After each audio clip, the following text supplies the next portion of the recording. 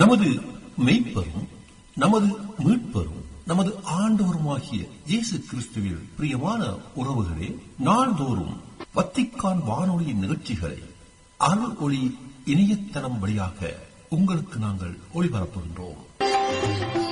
உங்களுக்காக தொகுத்து வழங்குபவர் உங்கள் அன்பு சகோதரன் பேசாலை தாஸ்.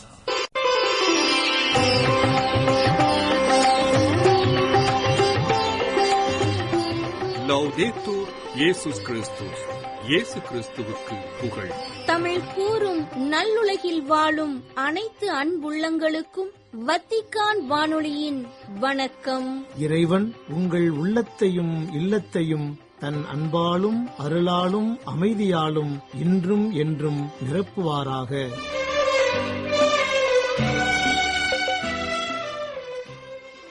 அன்பு நேயர்களே, வத்திக்கான் வானொலி இன்று உங்களுக்கு வழங்க இருப்பவை தடம் தந்த தகைமை, நேர்காணல் மற்றும் செய்திகள்.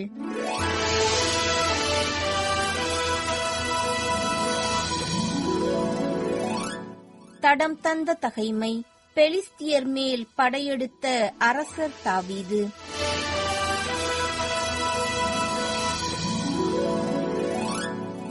கெசேரில் பெலிஸ்தியரோடு போர் நடந்து கொண்டிருந்தது. அதில் ஊசாவியனான சிபக்காய் அரக்கர் இனத்தானான சிபாயை கொன்றான். அதனால் பெலிஸ்தியரும் அடிபணிந்தனர். மேலும் ஒரு போர் பெலிஸ்தியரோடு நடந்தது. யாயிரின் மகன் எல்கானான் இத்தியனான கோலியாத்தின் சகோதரன் லகுமியை கொன்றான். இவனது ஈட்டியின் பிடி தறிக்கட்டை அளவு பெரிதாயிருந்தது. காத்தில் மற்றொரு போரும் நடந்தது.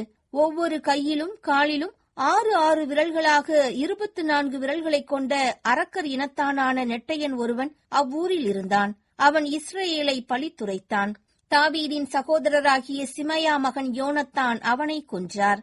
காத்து ஊரில் இருந்த அரக்கருக்கு பிறந்த இவர்கள் தாவீதாலும் அவர் அலுவலராலும் சாகடிக்கப்பட்டனர்.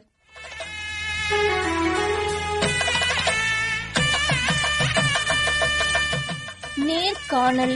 இளைஞர் பணிக்கான பயிற்சி பட்டறை அனுபவம்.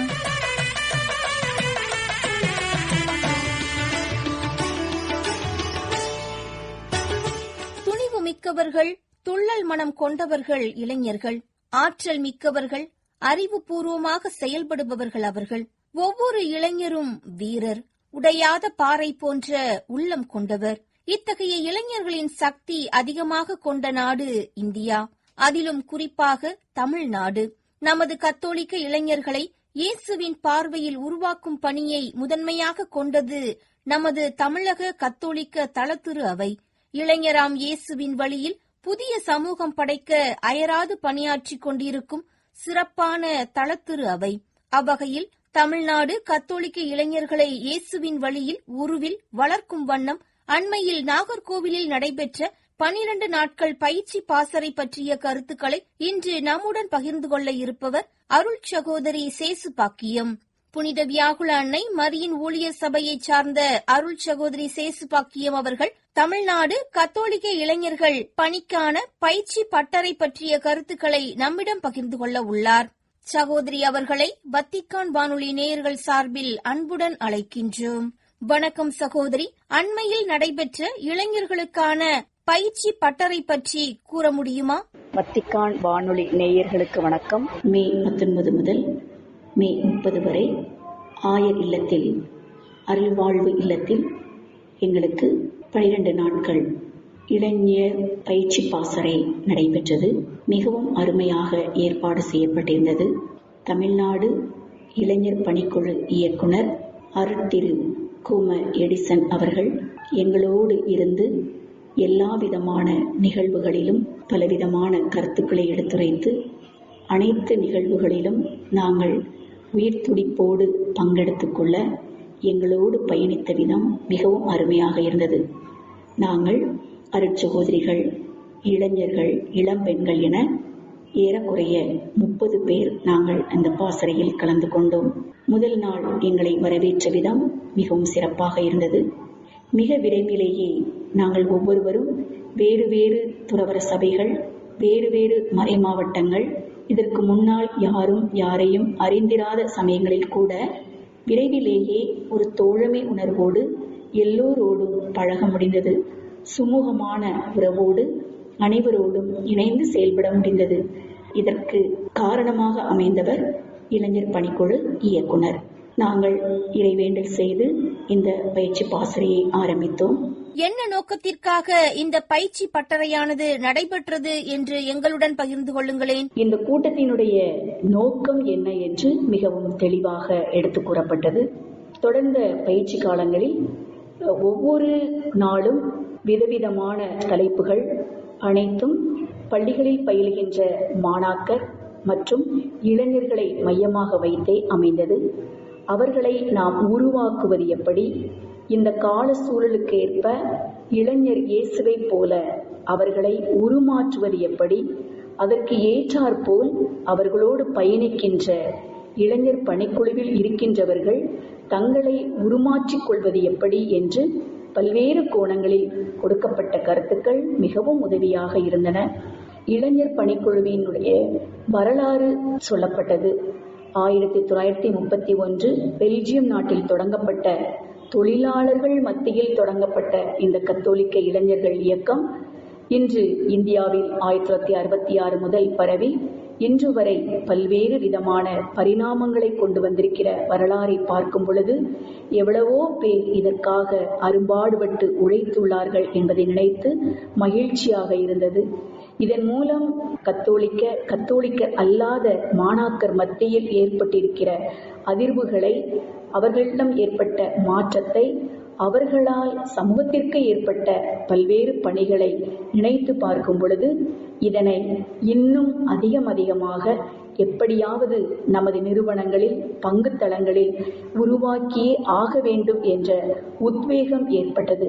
எங்களுக்கு அங்கு கொடுக்கப்பட்ட ஒவ்வொரு செயல்பாடும் மிகவும் பொருள் பொதிந்ததாக அமைந்தது. ஒரு சிறிய விளையாட்டாக இருந்தாலும் சரி, எல்லா விதமான செயல்பாடுகளும் ஒவ்வொரு விதமான பொருளை எங்களுக்கு கொடுத்தது. இளைஞர் இயக்கத்திற்கான நோக்கமே என்ன அப்படின்னு சொன்னா, இன்னைக்கு சமூகத்துல பலவிதமான எதிர்மறையான நிகழ்வுகள் நடக்கிறத நம்ம பார்க்குறோம். ஆனால் இப்படிப்பட்ட இந்த சமுதாயத்தை இப்படியே நம்ம விட்டுறக்கூடாது. இதில் ஏதாவது ஒரு மாற்றத்தை ஏற்படுத்தணும். உண்மை, அன்பு, நீதி, சமத்துவம், சகோதரத்துவம் கொண்ட ஒரு புதிய சமுதாயத்தை உருவாக்க வேண்டும் அப்படிங்கிற ஒரு கனவோட இளைஞர் பணிக்குழு சிறப்பாக செயல்பட்டு கொண்டிருக்கிறது. இதனுடைய லட்சியம் அப்படின்னு பார்க்குறப்ப இந்த இயேசுவினுடைய விழுமியங்கள் நிறைந்த ஒரு சமூகமாக நான் வாழ்கிற சமுதாயத்தை கொண்டு செல்லணும். ஒரு ஆற்றலோடு மாற்றம் நோக்கி இளைஞர்களை வழிநடத்தணும். விடுதலை நோக்கிய ஒரு பயணமாக இது தொடர்ந்து பயணித்து அதனால் தன்னை உருவாக்கி தன்னோடு வாழ்கின்ற பிறரை உருவாக்கி இந்த சமூகத்தில் ஒரு உருவாக்கத்தை ஏற்படுத்தணும். இதற்காக ஒவ்வொரு கத்தோலிக்க மாணாக்கரும் கத்தோலிக்கர் அல்லாத மாணாக்கரும் இளைஞர்களும் முன்வரணும். அவர்களுக்காக உழைப்பதற்கு பெரியவர்களும் முன்வரணும் அப்படிங்கிறதான் இதனுடைய நோக்கமே. கிறிஸ்தவர் அல்லாத மாணாக்கர்களும் விழுமியங்களோட இந்த உண்மை, நீதி, அன்பு இந்த விழுமியங்களோட வாழ்வதற்கு அருமையான உருவாக்கு பயிற்சியாக அமைகிறது. ஆண் பெண் அப்படிங்கிற வேறுபாடு இல்லாம எல்லாருக்கூடையும் ஒரு சமத்துவமா தோழமை உணர்வோடு பழகுற மனப்பாங்கை ஏற்படுத்துறதுக்கு உதவுது. சமூகத்தில் நல்லவற்றை, புதியனவற்றை, மானிட சமூகம் சிறப்பாக வாழ்வதற்கு தங்களது பங்களிப்பை கொடுத்த பல்வேறு நல்ல நபர்கள், வரலாற்று நபர்களை எடுத்து சொல்லி அவர்களைப் போல் ஏன் நாமும் செய்யக்கூடாது, நான் வாழ்ற இந்த சூழலில் நான் எப்படி இதை அப்படியே கடந்து போகாமல் நல்லது ஆற்ற வேண்டும் என்ற அருமையான மனநிலையை உருவாக்குவதற்கு இந்த இயக்கம் ஒவ்வொரு இளைஞரையும் உந்து சக்தியாக செயல்படுகிறது. இப்பயிற்சி பட்டறையில் இளைஞர்களுக்கு கற்றுக் கொடுத்த விடயங்கள் என்ன? இந்த பயிற்சி பட்டறையிலிருந்து நீங்கள் கற்றுக்கொண்டது என்ன என்பது பற்றிய கருத்துக்களை எங்களுக்கு கொஞ்சம் கூற முடியுமா?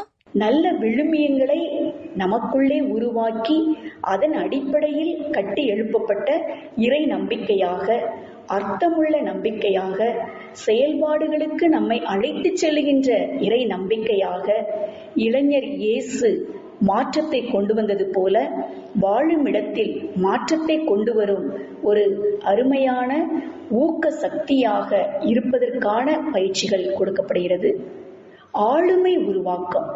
இன்னைக்கு ஆளுமை சிதைந்த நிலையில் இருந்து விடுபட்டு தன்னை ஏற்றுக்கொள்ள, தனக்குள்ள திறன்களை கண்டுபிடிக்க, தனக்குள்ள திறன்களை கண்டுபிடித்து அதனை வளர்த்து கொள்ள, தன்னை போலவே பிறரும் மாண்புடையவர்கள், மதிப்பிற்குரியவர்கள் என்ற ஒரு பொதுநல பாங்கோடு அனைவரையும் ஏற்றுக்கொள்ள, இந்த சமூகத்திற்கு நல்லவற்றை ஆற்ற என்ற பல்வேறு நல் திறன்களை கொண்ட ஆளுமை உருவாக்கம் கொடுக்கப்படுகிறது. பண்பாட்டை பற்றிய ஒரு ஆழமான அறிவும் கொடுக்கப்படுகிறது.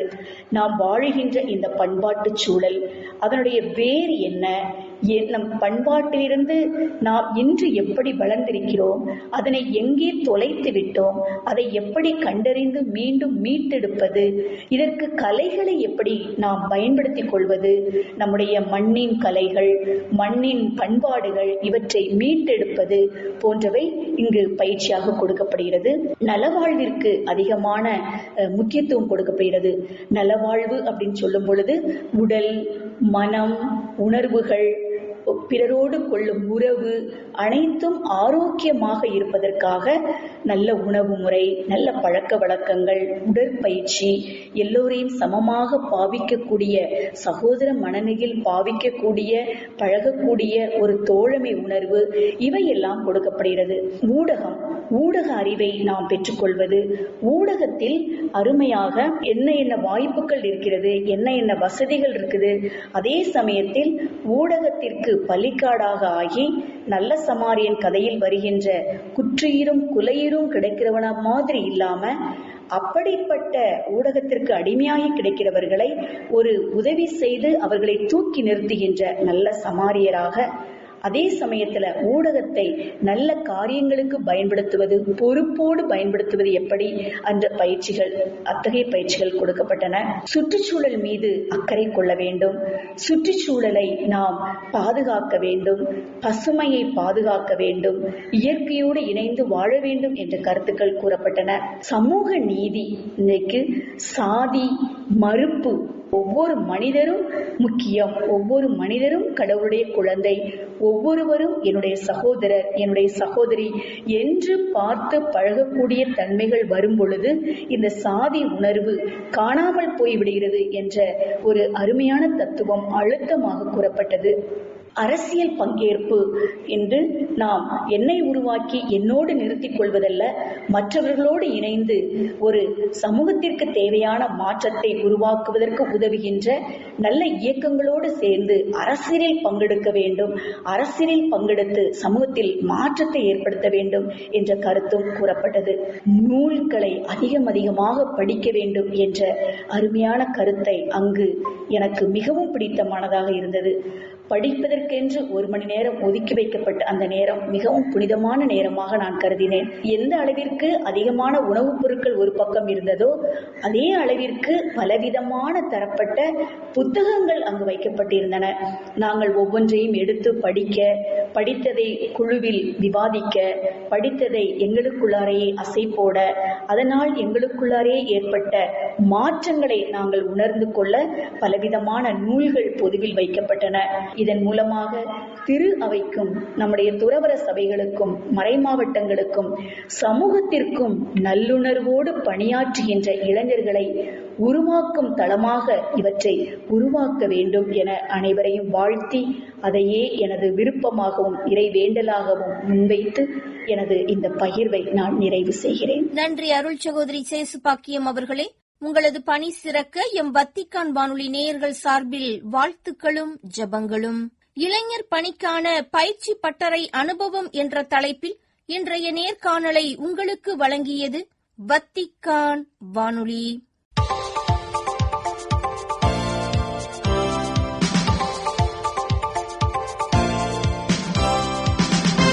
செய்திகள். திருப்பிட தூதரக பணிகளில் பயிற்சி பெறும் அருட்பணியாளர்கள் தங்கள் பயிற்சியின் ஒரு பகுதியாக ஓராண்டு மறைப்பணி சேவைகளை முடித்து திரும்பியதை முன்னிட்டு அவர்களை திருப்பிடத்தில் சந்தித்து உரையாடினார் திருத்தந்தை 14ஆம் லியோ. திருப்பிட தூதரக பயிற்சி கல்விக் கழகத்தின் அங்கத்தினர்களை திருப்பிடத்தில் சந்தித்த திருத்தந்தை அவர்களின் அருள் பணித்துவ வாழ்வு, அவர்கள் திரு அவையில் அனுப்பப்படும் இடங்களில் திருச்சபையுடனும் மக்களுடனான அருகாமையுடனும் விசுவாசத்துடனும் இடம்பெற வேண்டும் என கேட்டுக் கொண்டார். திருப்பிடத்தின் தூதரக பணிகளுக்கென பயிற்சி பெறும் அருள்பணியாளர்கள் தூதரக பணிகளுக்கோ அல்லது மறைப்பணி தளங்களுக்கோ என எங்கு அவர்கள் திரு அவையால் அனுப்பப்பட்டாலும் அதற்கு உண்மை உள்ளவர்களாகவும் சிறந்தவர்களாகவும் செயலாற்ற வேண்டும் என கேட்டுக் கொண்டார் திருத்தந்தை. மனித அறிவின் அசாதாரணமான செயற்கை நுண்ணறிவு என்பது மனித மாண்பை மறந்துவிடக்கூடாது மற்றும் இளையோரின் குழந்தைகளின் வளர்ச்சிக்கு தடையாக இருக்கக்கூடாது என கேட்டுக்கொண்டார் திருத்தந்தை 14ஆம் லியோ. செயற்கை நுண்ணறிவு குறித்து ரோம் நகரில் இடம்பெறும் 2வது கருத்தரங்கிற்கு அனுப்பிய செய்தியில் இதனை குறிப்பிட்டுள்ள திருத்தந்தை, நல ஆதரவு, அறிவியல் கண்டுபிடிப்புகள் போன்றவற்றில் குறிப்பிடத்தக்க முன்னேற்றங்களை செயற்கை நுண்ணறிவு தந்து வருகின்ற போதிலும் உலகின் உண்மை நிலைகளை ஆய்ந்து உணரும் பாதையில் சிரமங்களை முன்வைக்கிறது எனவும் கவலையை வெளியிட்டுள்ளார். செயற்கை நுண்ணறிவின் ஒழுக்க ரீதி கோட்பாடுகள், அவைகளை பொறுப்புடன் நிர்வகிப்பது குறித்தும் அச்செய்தியில் தன் கருத்துக்களை பகிர்ந்துள்ளார் திருத்தந்தை 14ஆம் லியோ. ஸ்பெயின் நாட்டின் அருளாளர் சால்வதோர் வலேரா பாராவிடம் வேண்டியதால் இடம்பெற்ற புதுமை ஸ்பெயின் நாட்டின் 3 மறைமாவட்ட அருள்பணியாளர்கள் மற்றும் அவர்களின் உடன் உழைப்பாளர்களின் மறைசாட்சிய மரணங்கள், 3 இத்தாலிய மற்றும் 1 பிரேசில் இறையடியாரின் வீரத்துவ பண்புகள் குறித்த விவரங்கள் ஜூன் 20ஆம் தேதி வெள்ளிக்கிழமை அன்று திருத்தந்தையின் முன்னிலையில் சமர்ப்பிக்கப்பட்டன. 1816ஆம் ஆண்டு பிறந்து 1889இல் உயிரிழந்த ஸ்பானிய நாட்டு மறைமாவட்ட அருள்பணி சால்வதோர் வலேரா பாரா ஸ்பெயினில் 1936க்கும் 38க்கும் இடையில் மறைசாட்சியாக கொல்லப்பட்ட மேனுவேல் லிசிகுவேர்தோ மற்றும் 58 உடன் உழைப்பாளர்கள் 1936க்கும் 37க்கும் இடைப்பட்ட காலத்தில் அதே ஆண்டில் மறைசாட்சிகளான மறைமாவட்ட அருள்பணி அந்தோனியோ மொன்டானஸ் கிக்குவேரோ மற்றும் அவரின் 64 உடன் உழைப்பாளர்கள் 1944க்கும் 45க்கும் இடைப்பட்ட காலத்தில் விசுவாசத்திற்காக கொல்லப்பட்ட மறைமாவட்ட அருள்பணி ரெய்மண்ட் காய்ரே, பிரான்சிஸ்கன் துறவி ஜெரார்ட் மார்டின் செந்திரியர், குறுமட மாணவர் ரோஜர் வலே, பொது நிலையினர் ஜான் மேஸ்திரே மற்றும் 46 உடன் உழைப்பாளர்கள் குறித்த விவரங்கள் திருத்தந்தையின் முன்னிலையில் சமர்ப்பிக்கப்பட்டு ஏற்றுக்கொள்ளப்பட்டன. ஜூன் 25ஆம் தேதி வியாழக்கிழமை காலை திருத்தந்தை 14ஆம் லியோ அவர்கள் வத்திக்கான் தொடர்புத் துறையின் ஒரு பகுதியாக கருதப்படும் வத்திக்கான் வானொலியின் சிற்றலைகள் மூலம் ஒலிபரப்பு செய்யப்படும் கூடம் அமைந்துள்ள சாந்தா மரியா தி கலேரியா என்ற இடத்திற்கு சென்று அங்கு தனது 43ஆம் ஆண்டு குருத்துவ அருள்பொழிவு நிறைவை குறிக்கும் ஒரு சிறிய வரவேற்பு நிகழ்ச்சியில் அங்குள்ள ஊழியர்களுடன் கலந்து கொண்டார். புகழ்பெற்ற கட்டிடக் கலைஞர் பியர் லூயி நெர்வி வடிவமைத்த சிற்றலை ஒலிபரப்பு கட்டிடத்தை திருத்தந்தை பார்வையிட்டதுடன் அங்குள்ள மையத்தின் பணியாளர்களை சந்தித்து உரையாடினார். ஈரானின் ஏவுகணை தாக்குதல்களுக்குப் பிறகும் மிகவும் ஆபத்தான சூழ்நிலையில் எருசலேமின் காரித்தாஸ் அமைப்பு எல்லாவற்றையும் இழந்து துன்புறும் காசாவின் மக்களுக்கு உயிர்காக்கும் மனிதாயமான பணியை தொடர்ந்து செய்து வருகின்றது என்று அதன் இயக்குநர் ஆண்டன் ஆஸ்பர் தெரிவித்துள்ளார். காசா பகுதியில் எருசலேம் காரித்தாஸ் 122 உறுப்பினர்களை கொண்ட குழுவை 10 மருத்துவ பிரிவுகளில் நியமித்துள்ளது என்றும் அவர்கள் அன்றாட குண்டு வீச்சுகளுக்கு இடையே ஒவ்வொரு நாளும் மரணங்களை சந்தித்துக் கொண்டு பணியாற்றி வருகின்றனர் என்றும் ஆஸ்பர் தெரிவித்துள்ளார். ஜூன் 18 புதனன்று திருத்தந்தையின் பொது மறைக்கல்வி உரையின் போது திருத்தந்தை 14ஆம் லியோ அவர்களை சந்தித்து உரையாடும் வாய்ப்பை பெற்ற கார்கிவின் ஆயர் பாவ்லா கொன்சாருக் அவர்கள் கார்கிவின் அருள்பணியாளர்கள், துறவிகள், உக்ரேனிய மக்கள் என அனைவருக்கும் திருத்தந்தையின் ஆசிரை வேண்டி பெற்றதாகவும் அதை தனது துன்புறும் நாட்டிற்கு கொண்டு செல்வதாகவும் வத்திக்கான் செய்தி தொடர்பகத்தினரிடம் அளித்த நேர்காணல் ஒன்றில் தெரிவித்துள்ளார். ரஷ்ய எல்லையில் இருந்து 30 கிலோமீட்டர் தொலைவில் உள்ள கார்கிவ் நகரம் மிகவும் மோசமான சூழ்நிலையில் உள்ளது என்றும் குழந்தைகள் விளையாடும் பூங்காக்கள், தொழிற்சாலைகள், விவசாய நிலங்கள் உட்பட நகரங்கள், கிராமங்கள் என அனைத்தும் அழிக்கப்படுகின்றன என்றும் கவலை தெரிவித்துள்ளார் ஆயர். இத்துடன் வத்திக்கான் வானொலியின் தமிழ் ஒலிபரப்பு நிறைவு பெறுகின்றது. வணக்கம். வணக்கம். இதுவரையும் நீங்கள் செவியுற்றது வத்திக்கான் வானொலியின் இன்றைய நிகழ்ச்சிகள். மீண்டும் மற்றொரு வத்திக்கான் வானொலி நிகழ்ச்சியில் உங்கள் அனைவரையும் சந்திக்கும் வரை அன்பு விடைபெற்றுச் செல்வது உங்கள் அன்பின் பேசாலை தாஸ்.